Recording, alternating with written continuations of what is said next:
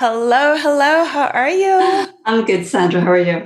I'm fantastic. Oh my gosh, I am actually really excited to have this conversation because as I was getting ready and kind of looking you up, doing all the snooping, I was like, "Oh my gosh, she's so fascinating." How's your day going so far? It's going great. I actually had a I just started jujitsu. So I started with that at 6 a.m. I'm the only woman basically the only woman in class ever. But I started with that. And um, what made you decide jujitsu? Things. I was an athlete my whole life. It's how I got to the US. I got an athletic scholarship, and that's what got me from Scotland to the United States.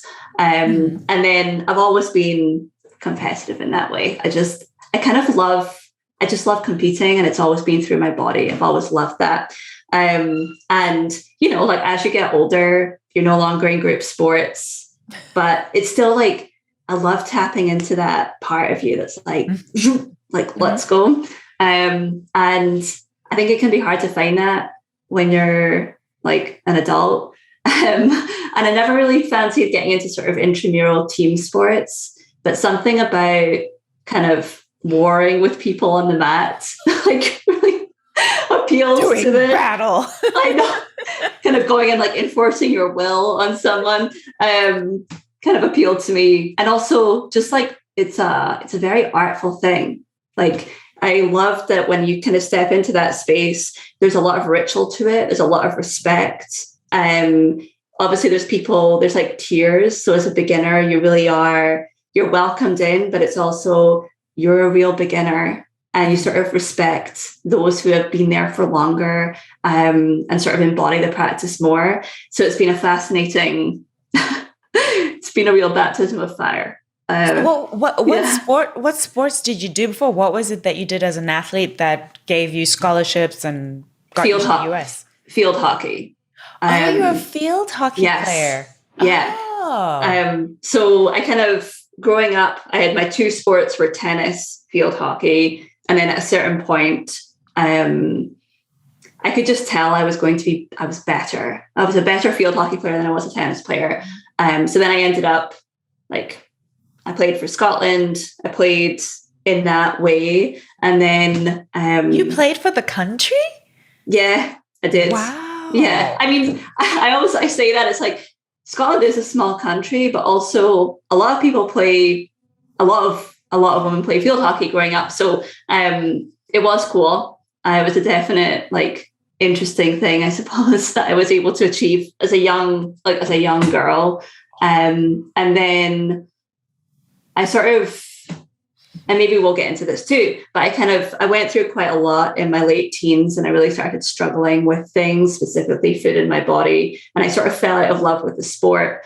But then out of nowhere I got this offer to it really was out of nowhere. Like I was in university at home in art school, kind of like dropping out. Yeah. I was working part-time at a pancake shop at nighttime, making people's like night out snacks. Like they would come like staggering in to the crepe shop, and I would make them like a ham and cheese pancake or whatever.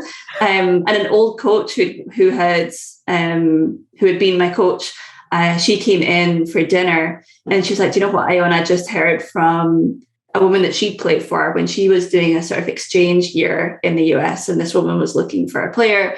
And would I be interested?" And I was like, maybe. And then I messaged her the next day. I said, "I'm in. What do I need to do?" She said, "Do you have like recent footage of you playing?"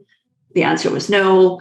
She's like, "Let me see what I can do." And like within like a week or two, I had a full ride to go to Syracuse University. And that Are was you it. kidding? No, that was it. It was one of those like real, you couldn't plan it.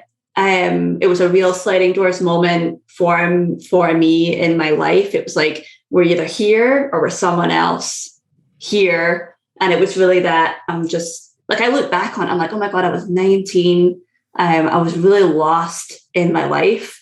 And even though a lot of my 20s were still like, I was shining on the outside, but I was not having the best time on the inside. But it was still like that choice still feels like it's set in motion, like the most beautiful journey that I've been on since. But yeah, I turfed up in the US, having never visited. I thought I was going to New York City. It was Syracuse, New York. And close-ish, but slightly different vibe.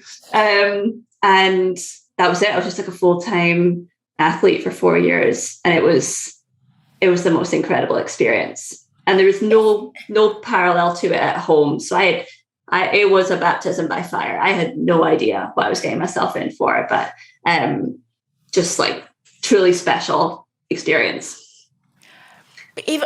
Just for us to even just get started, because just that story is just mind-blowing, because the synchronicities that needed to happen, the fact that you were in the pancake store making pancakes that day was, but what it also speaks to is grabbing opportunities, because you could have been like, I don't know, let me think, well, I haven't played. Like there's so many excuses, so many reasons that it probably didn't make sense, but you jumped on it. Like what was it within you that made you think that I've never been to the United States, I haven't played hockey in a minute, I'm standing in this pancake store, but you know what, I'm going to go for it.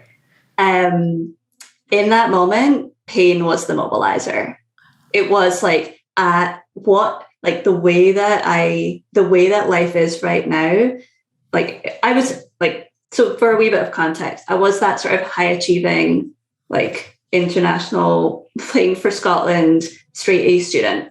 Along the way, I really started struggling with food and body. Most people would call it an eating disorder. I view it as like the lifeline coping strategy that I like grabbed onto to keep myself safe during that time, for a long time.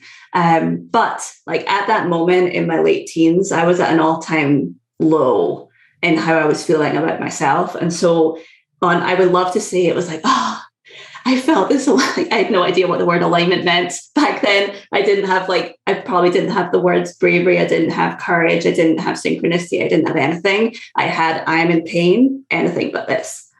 And that was it. It gave me within a week, I had a fitness program that I was working on. I had this, like, even though I had no idea what it meant to be a student athlete, I had purpose. It dropped in my lap and suddenly it was mine. And that's kind of the thing about me. I think that I always say, like, the ways that we are can be a weapon or a wand. My ability to like lock in and like go on something is something that has been a wildly creative force in my life, for good and for pain.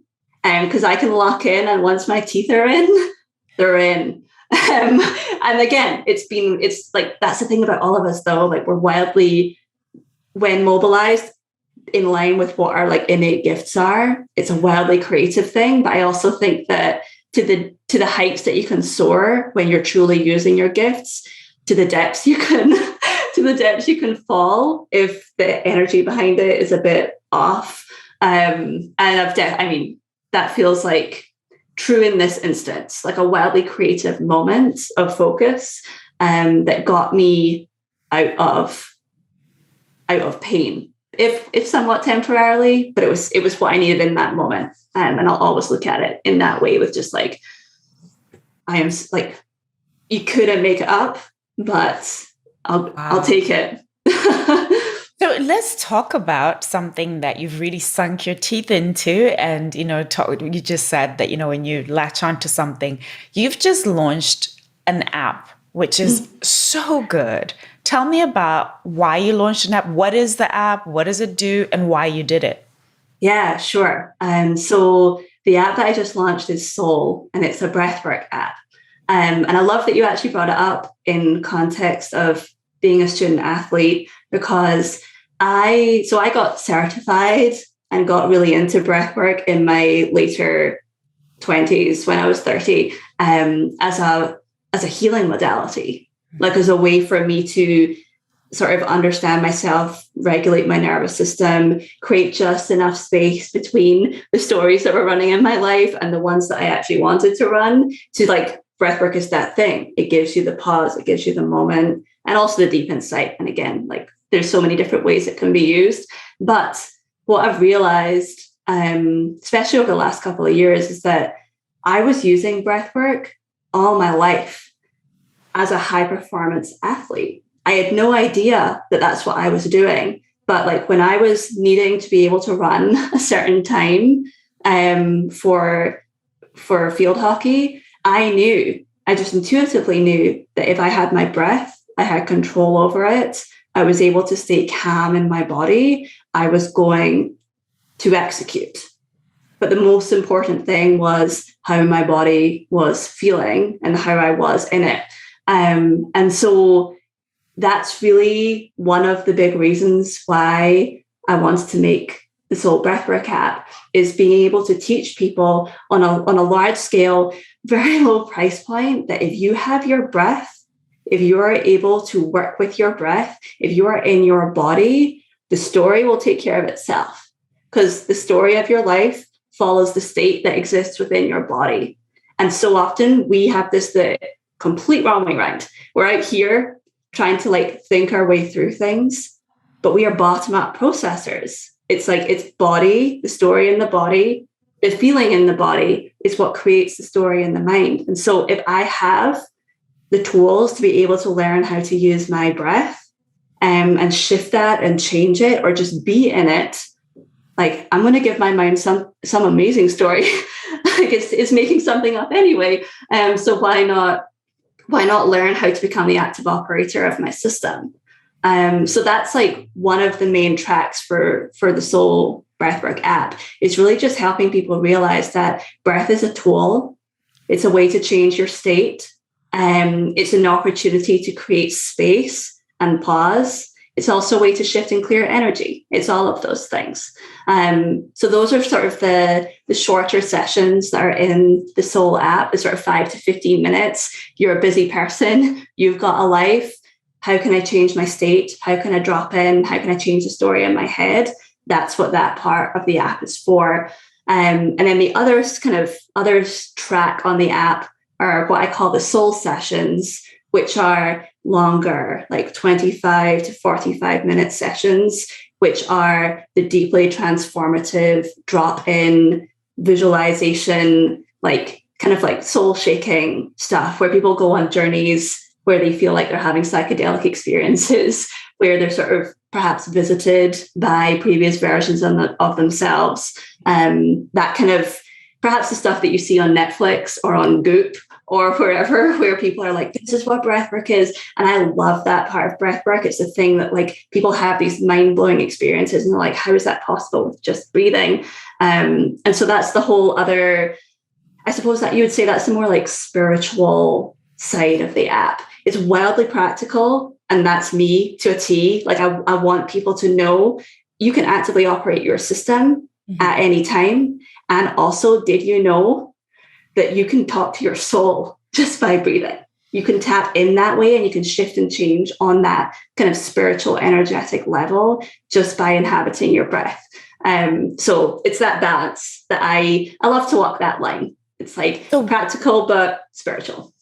So it's practical, but it's also spiritual. So you can choose. So it's not like you don't have to go on the journey if you don't want to.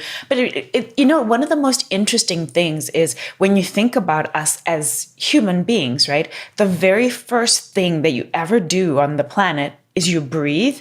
And the very last thing you'll ever do on the planet is breathe.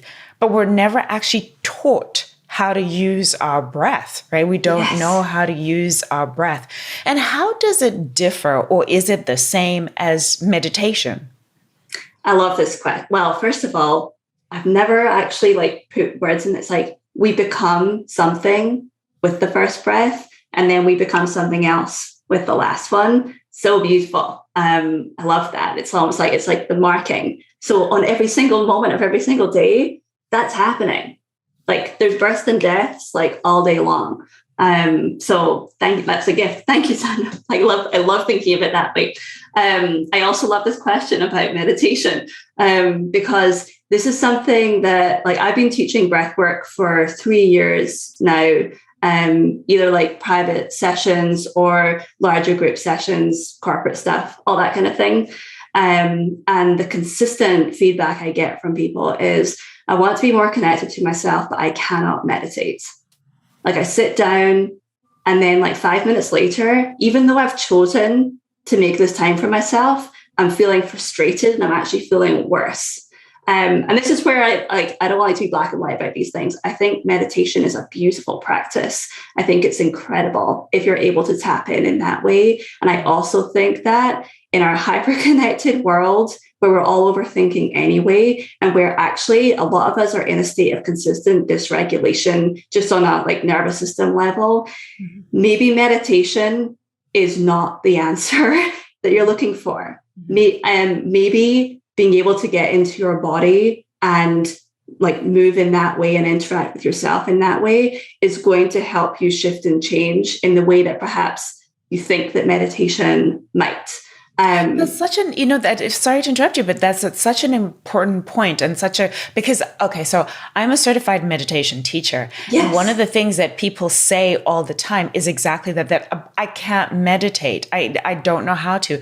And then inevitably what happens is they sit there for whatever, 5 minutes, 10 minutes, 20 minutes. And the whole time they're doing battle with themselves, right? They're feeling bad about themselves. How comes I can't like stop my thoughts, and which you're not really trying to stop your thoughts in meditation. Exactly. How comes I can't do it? And then they feel bad about themselves. And then it becomes this, it didn't work for me. And what you said is so profound, because we're trying to go from this like constant stimulation and constant stuff and constant bing, bing, bing, bing, bing to quiet, right? Yeah. It's sometimes just that shift is just too far of a jump. And that's where I love what you're saying about breathwork almost being that if you can't quite get there yet, you can breathe and you can learn to control your breath.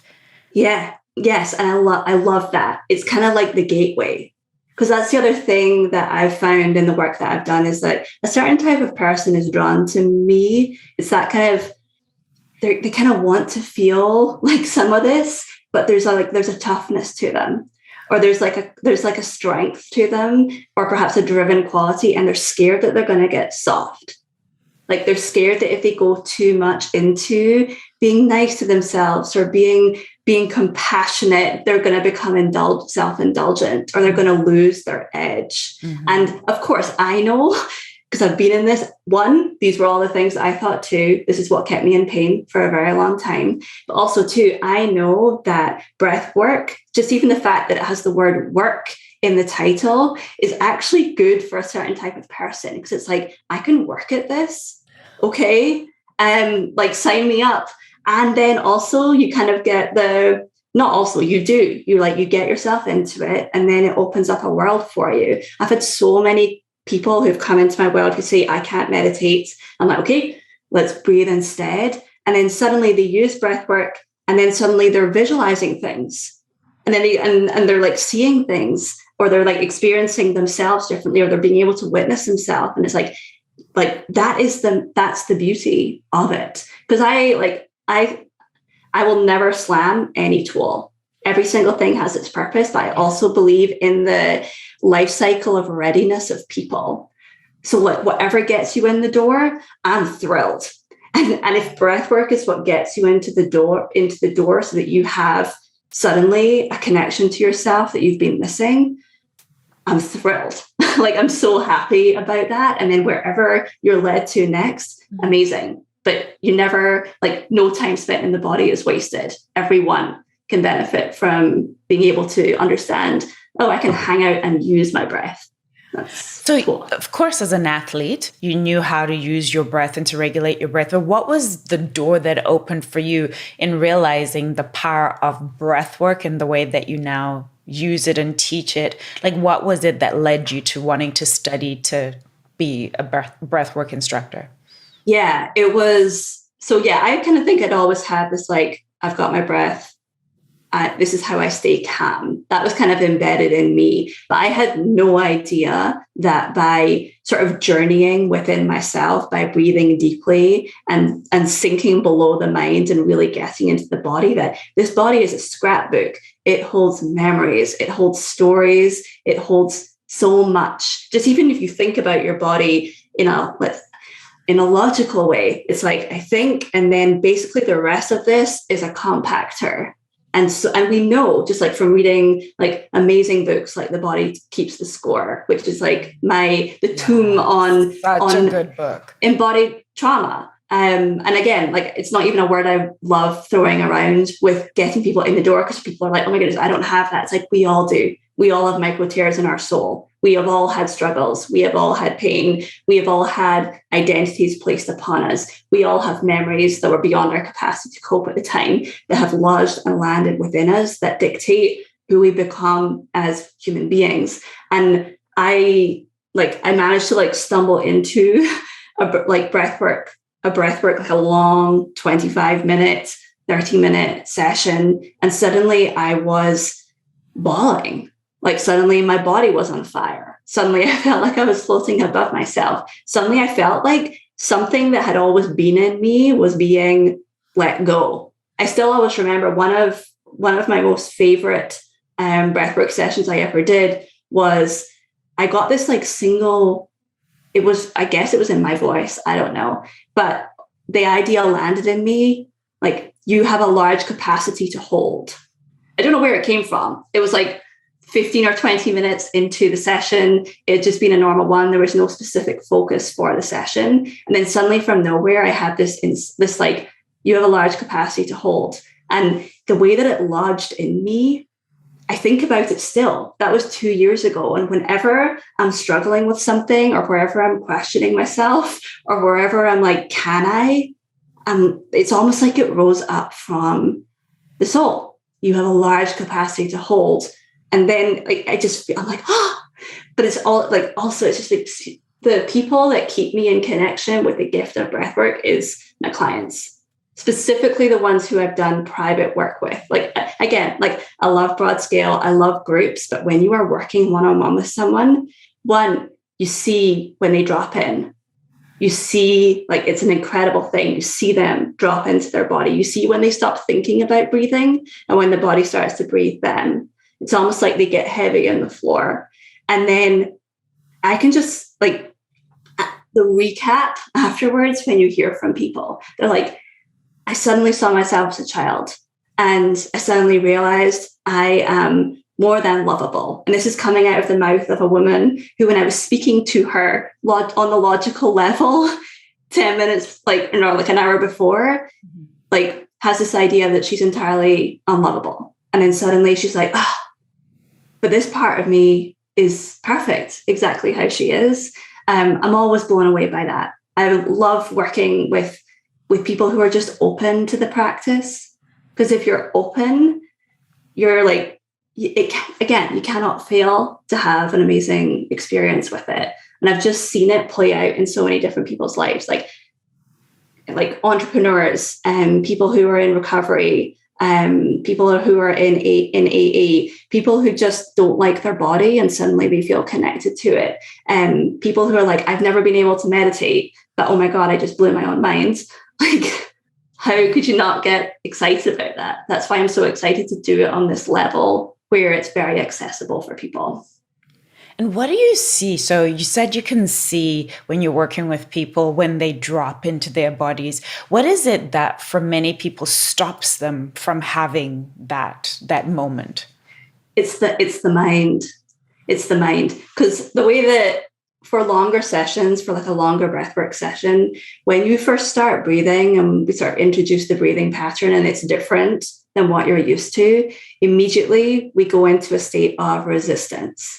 Because anything that's different than normal breath, even if your normal breath is like shallow chest breathing, sort of hyper aroused breath, it's still what your body recognizes. It's still what your body knows. And so when you shift the breathwork pattern and then you start intentionally breathing that way, we're confronted with resistance. I don't like this. I don't like this. This isn't safe. But this is that curve that you kind of have to ride with a longer breathwork session. Because if you can allow your body to breathe consistently for the first like 3 to 5 minutes, at a certain point, the mind leaves. If you're open, if you're just like, I trust my body knows what to do. I trust that my body knows what to do. And also, just like side note on that one, we all have varying levels of comfort level with my body. I can trust my body. And I'm very sensitive to that, because some of us, it's like, of course I trust my body. And for other people, it is not that at all. So that's also where there's like, everyone's on their own journey with it. But I suppose my main point on this is that if you can ride out the resistance and the fear for long enough, your body's wisdom takes over. And that's when you see the drop. And it really is when the mind stops talking and the body just starts to breathe. So we're not consciously thinking, I am breathing right now. Our body is like, I am breathing for you. And that's when you can really open yourself up for like I say crazy, I don't like that word. Big experiences, big insights. As you're saying that, I literally kind of had what a beautiful parallel, what a beautiful, I guess, representation. That's life, isn't it? Yes. Like when you think about it, right, is that you've got to ride that to that point of beyond comfort, the fear of, am I going to be okay? And it's only when you can get yourself past that hump that you can become, do, be, have all of the things that you desire. Yes, I love that. And I couldn't agree more. Because I think that I think some of us get confused with efforting and forcing ourselves to do things. I think there's a fine line between that. But the way that I look at it, I guess when I zoom out, I feel like everything in life everything that's happened to me in my life has worked for me in some way. But when I really look at the things that mattered, 2 years ago when I decided to write a book, or when I decided to leave my very comfortable creative director job to go out and do my own thing, and then say even something like Soul, there is a degree of efforting that is involved initially. Because if you're in that identity creation phase, you have no evidence that it's going to be worth it. There is no proof that you can point to and say, see, there it is. This is why, this is what it's going to matter. It's all going to add up. It's all going to work.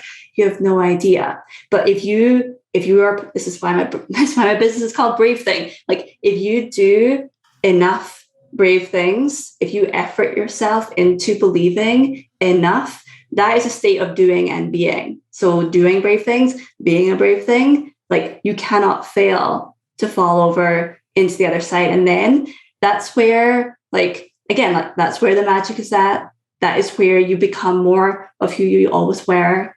And that is where you step into whatever the next version of you is. But it is that initial, this is where people stop. And this is why I think even just going into and doing a breathwork session, who you are in that is who you are. It's that whole thing. Who you are here is who you are everywhere. And if you can work with the slight discomfort of a breathing pattern for 3 to 5 minutes and trust that your body knows what to do, who are you not to do that in all phases of your life when you're trying to get into the habit of sending an email to people every week or something like that, or showing up on social media, or talking consistently about your business, or getting your creative work out there. Do this often enough, ride that resistance out, effort your identity into being, and then you catch your own wave.